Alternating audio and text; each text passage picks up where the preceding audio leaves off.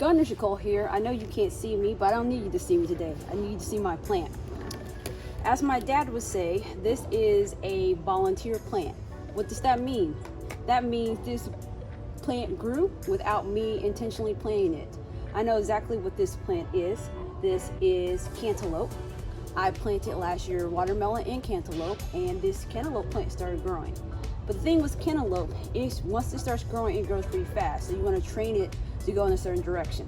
So I have put 4 A-frames across 2 beds with the hope that I can get this to go up, down, up, down, up, down, and then loop it back around this way to keep it within these 2 beds.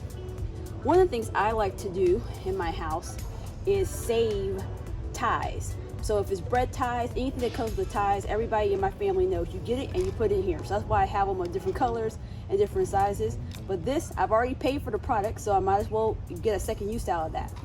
So all I'm doing today is taking different ties that I have, and I am just training this in the direction I want it to go.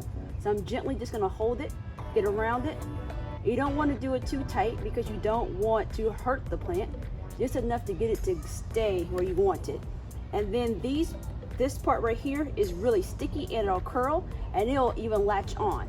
So all you're really doing is taking the bigger part and tying it to the frame, and then the skinny part of the plant, which is sticky, will attach and it will train the plant in the way that you want it to go. But this is something you really have to stay on top of, because if you don't, you'll end up like me, and I do not cut my own grass, nor does my husband. We have someone that does it, and great guy. But I'm responsible for keeping my plants out of the way of the lawnmower. So I try to stay on top of that so I don't have any issues. But really good. You know, normally it's a good job of avoiding my plants, but occasionally it happens because I let things get out of control. So I'm gonna keep working on this, but hopefully I've showed you a cost-saving tip. Save those bread ties, save all those ties. Don't throw them away. And I literally have it hidden.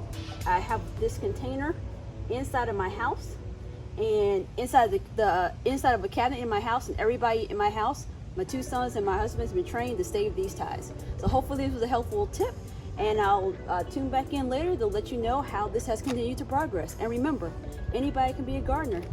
You just have to get ready, get set, and grow.